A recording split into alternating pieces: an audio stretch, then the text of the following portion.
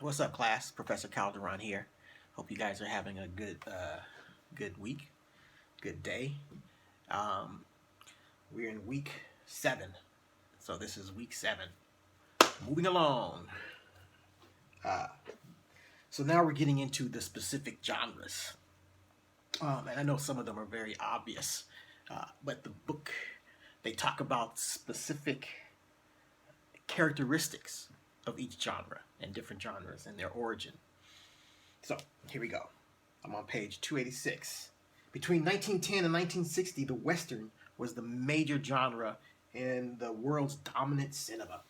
Its popularity was a vital factor in establishing Hollywood's control of the global film market. Its development is a distinct formula within popular culture with its own conventions and stereotypes, and it predates the invention of cinema by a quarter century. Though the cowboy and Indian, let me back up a little bit. These conventions and stereotypes are so known to the genre that, like I said before, the audience expects them, and they want those genres, those stereotypes, those conventions delivered. It's what makes a particular film sort of fit within a specific genre. How the film delivers those conventions and expectations. Okay, so with the Western, the cowboy and Indian were the central figure. There was a motley crew of outlaws, mountain men, soldiers, and lawmen, but it was the cowboy and Indian at the center of this genre.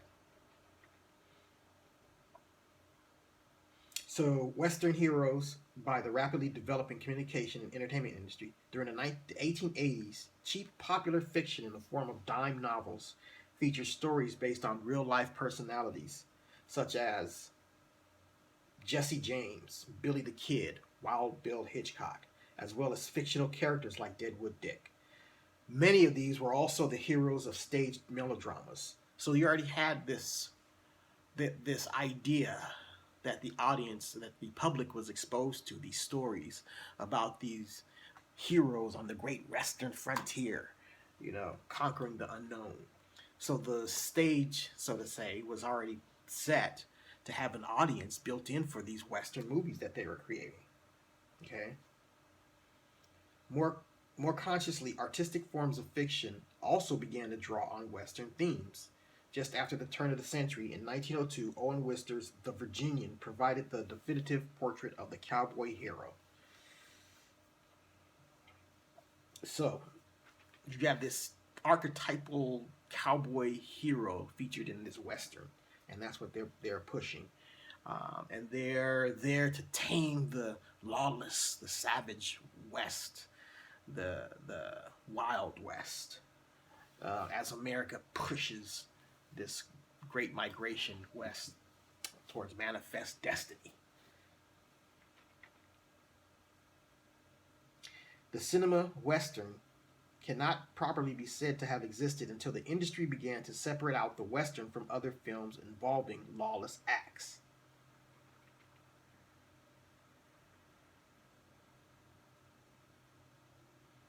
Aided no doubt by the fact that the film audience had already encountered Western adventure stories in the theater and in cheap fiction, the emergent cinema soon developed a recognizable kind of narrative which displayed a distinctive combination of features.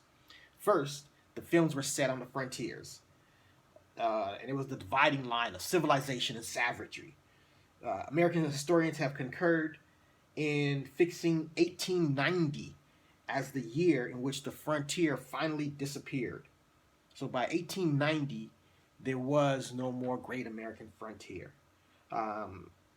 Similarly, the geographical location, usually west of the Mississippi, north of the Rio Grande, was the setting for these early westerns. Mexico may also qualify as the frontier.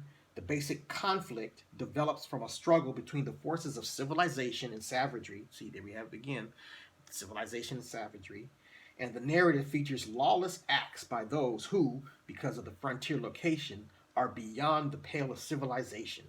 These acts require forcible retribution before order can be imposed. This combination of a specific time and place and a transgressive act, which these specifics make possible, and which, because of the nature of time and place, can only be put right by force, may be said to define the Western genre. So the hero is on this Western frontier. That's a hallmark of the genre. You have this lawless act by the savages or the lawless, and then you have this sense of justice that needs to be served or needs to be exacted or made to make things right in the film. And these became the characteristics of the Western. During the silent period, the fledgling film industry, hungry for new sources of ready-made narrative with proven audience appeal, could not afford to long ignore the feast of spectacle and suspense that had been developing from the idea of the frontier. Conventional film histories has identified the Great Train Robbery in 1903 as the first Western fiction film.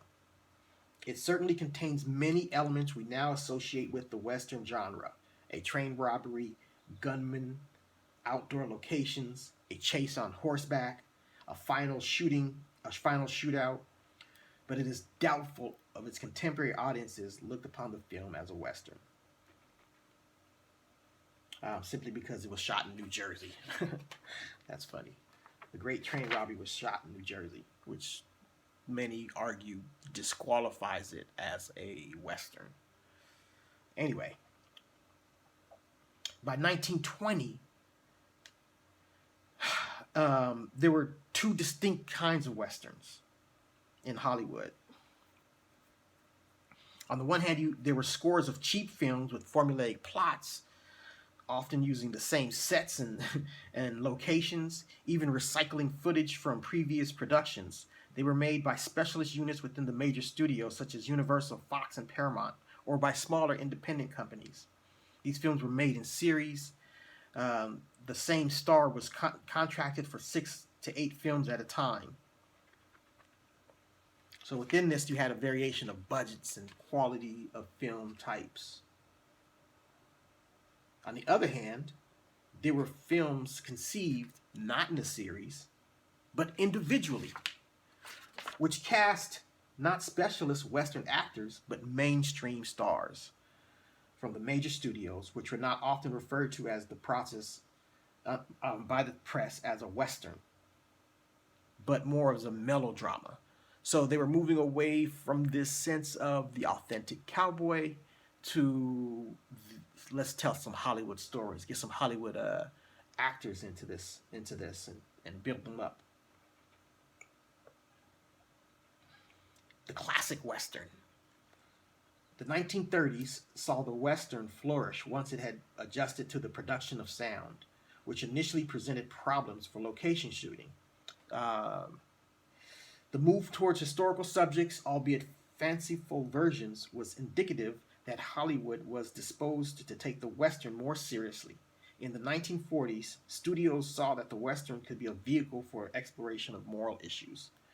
So in the 1940s, we have this sort of idea that morality, society's moral issues can be explored through film by enlightening the audience and making them aware of moral issues of the day. The Western discovered sex when Howard Hughes began the production of The Outlaw, starring Jane Russell. Hughes was determined to exploit Russell's sex appeal to the limit. In the 1950s, the Western's greatest decade, filmmakers found a new confidence in using the Western to explore social and moral conflicts. In the film 1950 film Broken Arrow, we saw the first marriage between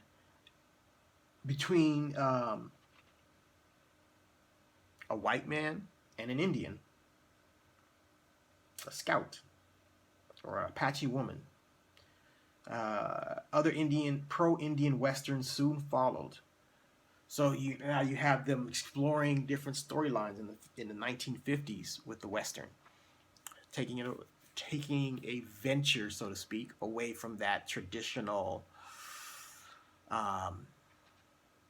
cowboys and not cowboys and Indians, but because it's all cowboys and Indians, or it wouldn't be a western, but from the traditional hero archetype of the western. So now they're bringing in elements of melodramas and mixing that genre up with the literary conventions of that other genre, the melodramas. The 1950s were marked not only by an increased seriousness in thematic content of Western, it was also a decade in which aesthetic possibilities were realized with greater verve and flair than never before. So now they're adding this visual flair. This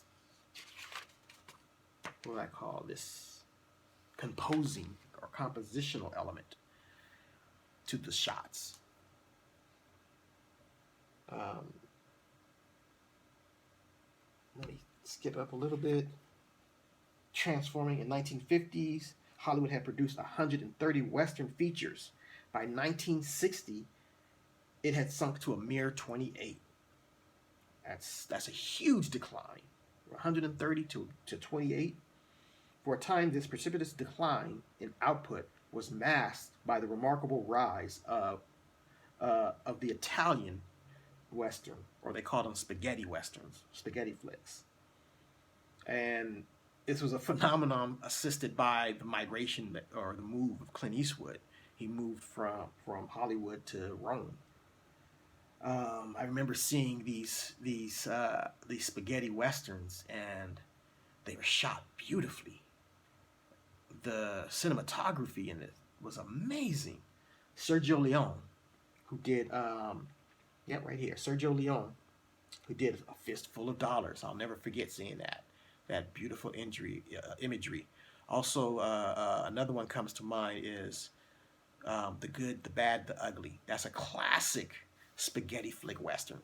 If you've never seen a spaghetti flick western and you want to check one out, The Good, the Bad, and the Ugly. Iconic images in there, and sound score and everything, performances that really exemplify this new emergent type of western that came out that was coming out in the 50s. On page 293, it says, the cynicism at heart of the Italian Western is about traditional values of civilization, progress, community, family, and the rule of law, doubtless derived from the fashionable Marxist and intellectual Italian filmmakers. But this in turn had its effect on Hollywood, accentuating an already discernible drift towards exposing previous pieties. So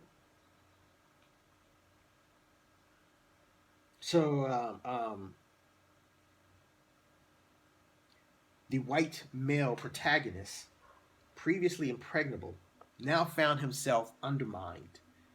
The distinguishedly unmacho Jack Crabb, or Dustin Hoffman, in Little Big Man, was one of the increasingly long line of anti-heroes. So now they're starting to play with the narrative and the structure, the basic structure of the stories, the genre itself, okay?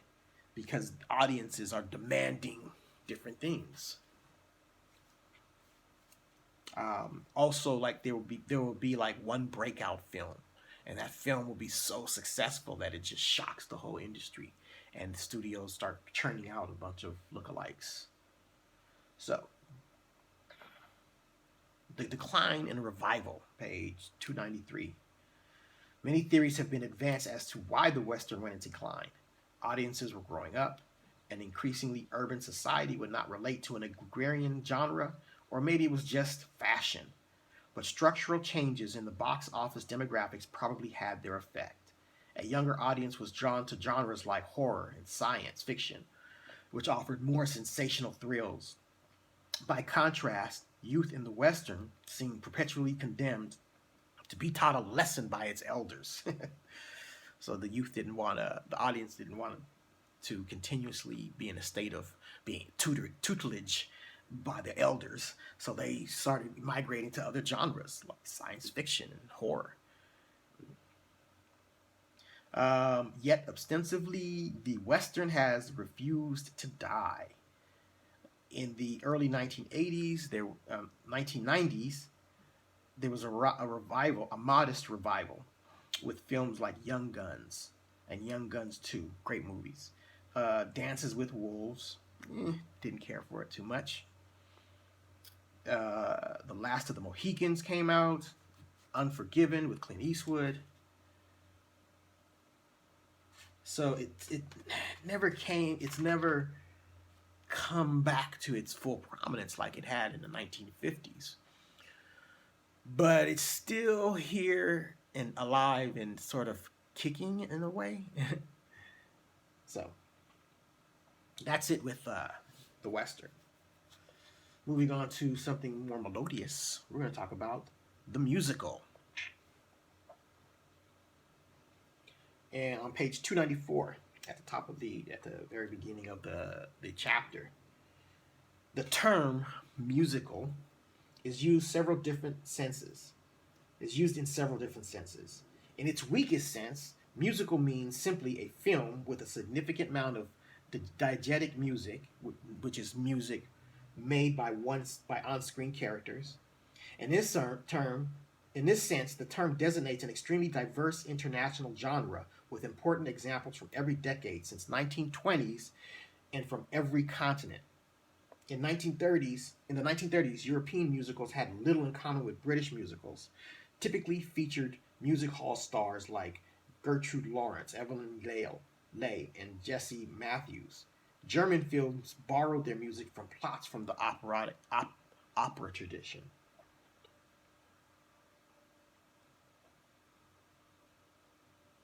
So from the 1940s to the 1960s, there was a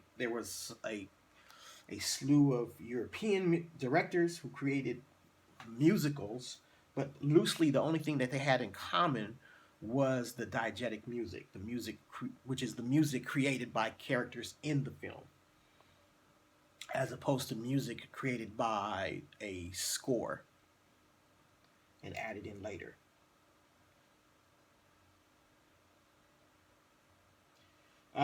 The character types, social structures associated with the music. In the stricter sense, the musical is not an international genre, but one of the most characteristic creations of the Hollywood film industry. To study the musical is thus primarily to analyze the history of Hollywood's 1,500 or so musical films. Okay, so I'm going to skip around a little bit as I do. Starting in the late 1920s, cinema around the world exploited new sound technologies by building scenarios on a generous dose of diegetic music. In the United States, producers called on every conceivable music source: opera, operetta, classical music, military marches, Viennese waltzes, folk songs, gospel hymns, Jewish canticles, Tin Pan Alley tunes, nightclub numbers, vaudeville routines, even burlesque favorites. Ever since the musical genre has been classified by its ability to assimilate each new musical style, from swing to rock, from bebop to heavy metal, even hip hop, right? We have hip hop musicals. The musical diversity of the late 20s to the 1930s was matched by the breadth of narrative traditions invoked. Paramount's European directors, Ernst Lubitsch and Ruben Malamuin, repeatedly called upon European male music hall stars Jack Buchanan and Maurice Chevalier to partner American opera singer Jeanette MacDonald. During the early sound years, I'm skipping a bit, producers and audiences treated and described music as an independent feature that can be added to films of any type. Adopting this function from those films rather than constituting its own generic structures. The term musical thus served as a descriptive adjective rather than as a genetic designator. Each successful film of the musical, they all borrowed plots and themes from pre-existing genres.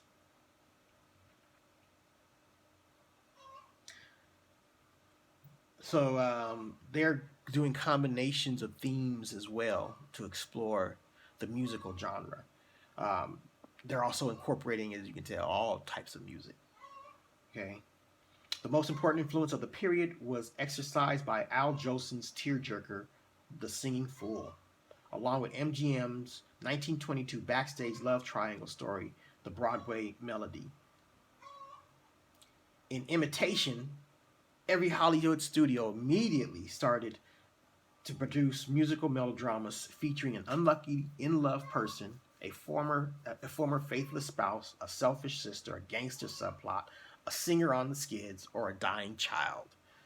So it's getting repetitive here. They see the success of one, that one becomes so huge they can't ignore it, and they start making knockoffs of it.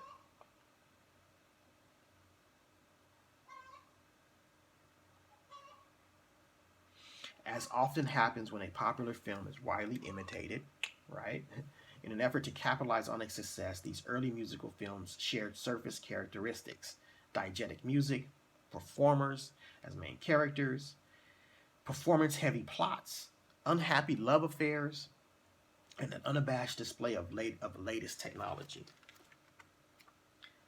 In the classic Hollywood musical, the year 1933 constitutes a new beginning in Hollywood's attempt to produce economically viable combinations of musical narratives. Until 1933, there had been a pronounced dichotomy between the opera, and the musical films. Because of the different traditions from which their plots and characters in musical are derived, and thus radically divergent casts, sets, and musicals and budgets they required, these two strains failed to be conceived as a single genre. So there's this merger, this fork in the road in the genre. You got this opera style of story, but then you have this more diegetic musical that's driven by the cast that is singing and the a music driven plot.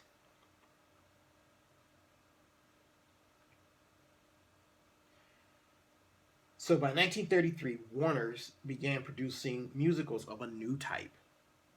The opulent song and dance spectacle of the films that choreographed by Busby Berkeley thus openly celebrated the romance of young star Ruby Keeler and Dick Powell, without whose talent and emotions the show could never go on.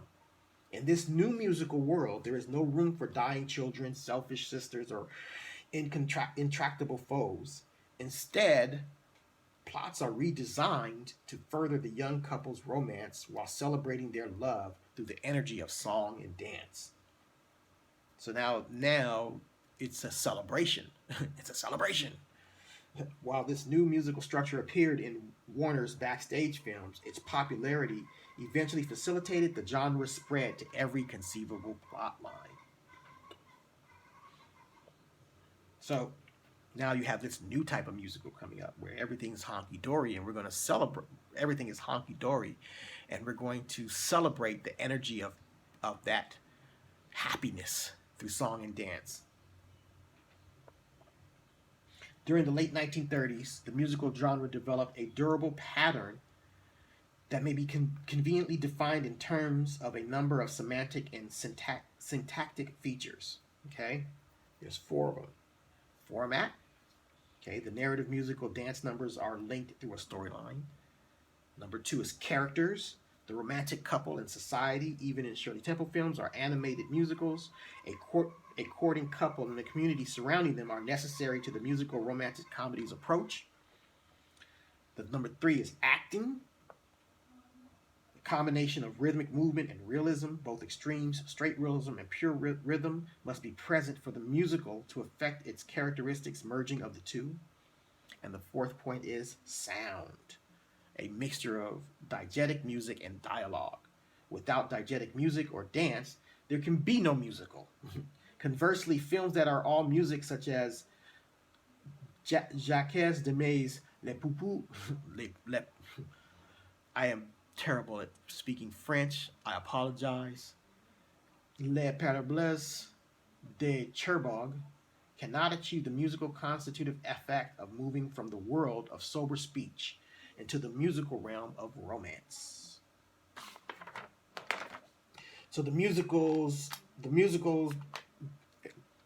develops, studios pick up more and more of them, and they have subgenres coming out.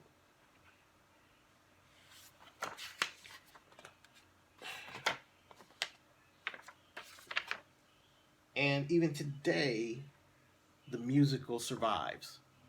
With I don't know if you guys anyone seen La La Land? It won an Oscar. So let's move on. The next is crime movies. And I'm on page 304 at the top, the very first paragraph. It reads, New York's Other Side, The Poor, runs the opening intertitle of D.W. Griffith's The Musketeers of Pig Alley over shots of the ghetto that was Manhattan's Lower East Side. The final intertitle is equally revealing. After a shot of a hand passing some banknotes to a cop through a half-open door, the title, quote, links in the chain, come up. So now we have Griffith, this guy, D.W. Griffith, borrowing, they're saying, from Charles Dickens in his depiction of poverty. He also borrows from Victorian melodramas with the Three Musketeers. More importantly, or more overall arcing theme is this: the importance of this structure for the crime novel and film lay in its flexibility and adaptability as metaphor of social relations. So the film becomes this bigger metaphor in society, the genre, I mean. We have these diabolical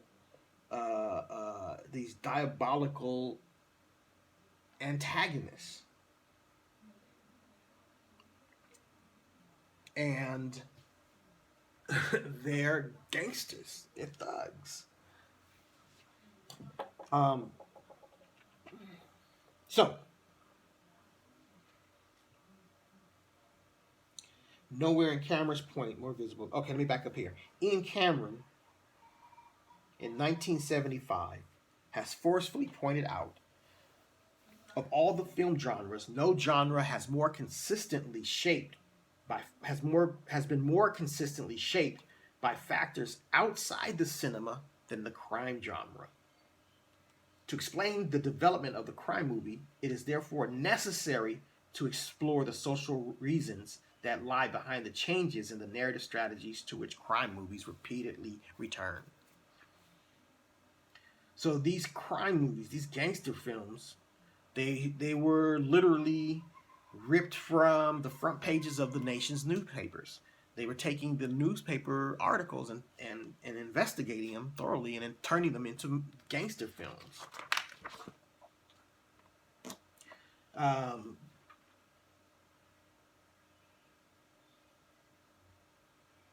At the time, you had Prohibition going on. There were events in Chicago, so with gangsters, the Depression, all these factors kind of laid the groundwork for the genre.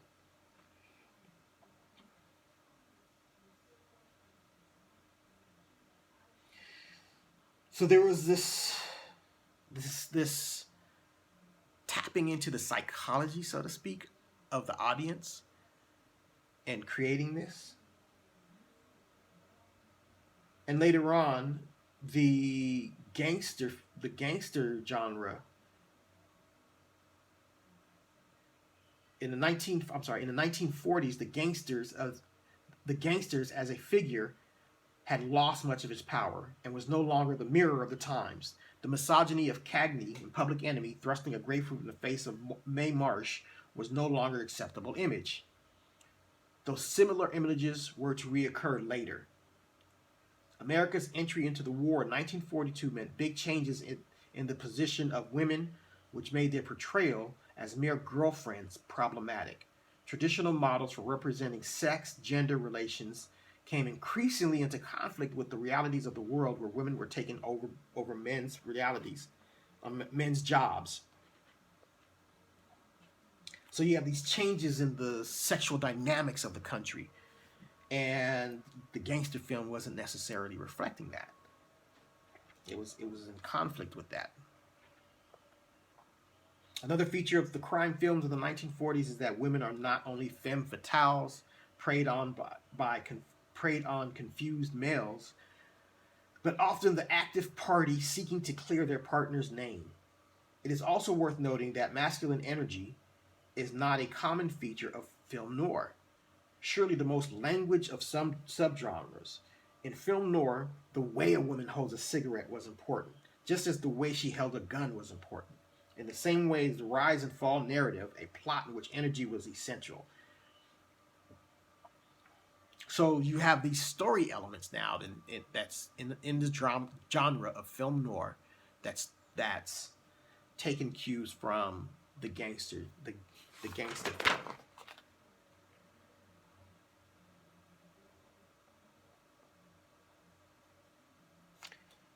On page 308, as psychology and psychoanalysis found its way to Hollywood in the late 1940s, they provided writers and directors with the image of an over and underworld within a single person. What does that mean? So now we have this interesting look where we have the over and underworld that can be represented in a single person. John Huston's The Maltese Falcon, which is a classical film noir movie, adapted from Dashiell's Hammett novel and one of the earliest film noir, is a convenient starting point from which examine changes in the narrative strategy of the crime film and the emergence of noir as the dominant form of the genre throughout the decades. So this film, the Maltese Falcon, it sort of serves as this transitional film that's enigmatic for both genres, both the crime genre and the film noir genre. Okay. Flashbacks was to become a staple item in film noir. Blah, blah, blah. Let's see.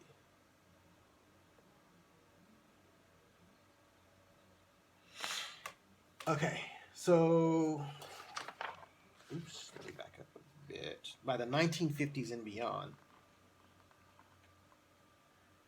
with the return of organized crime on the back of war provisions profiteering, the gangster subgenre once more became dominant within the crime film. But the nude gangster had different themes and motifs from what that of the 1930s. In the 1930s, it was the supply of liquor in Chicago's East Side, that was at issue. In the 1950s, the fate of the nation was under threat externally from the Russians, or internally from the mafia. In films whose stories were taken not from the front pages of the nation's newspaper, but from the Kefauver Commission on Crime. Meanwhile, the American cinema, generally socially oriented films, turned increasingly inward to courtship, marriage, the family, and domestic issues. Sexuality, too, in a variety of repressed yet explicit ways, became a center of attraction of a whole range of films. As a result, these shifts in concerns, the classic narrative strategies perfected by the gangster film of the 1930s and the films of noir in the 1940s no longer seem to have an outlet. So these films, these gangster film norms, no longer had an audience, and America was shifted or was shifting to a different type of film. The underworld had found its way into the American realm, into the American home. Sorry. So the genre didn't totally die. It found its way into the American homes, and it's how you say it. It's transformed over the years in structure. Okay, I'm gonna end it there. Don't forget to read the chapter and take the quiz. Record your quiz questions and answers for the final. Professor Calderon, I'm out.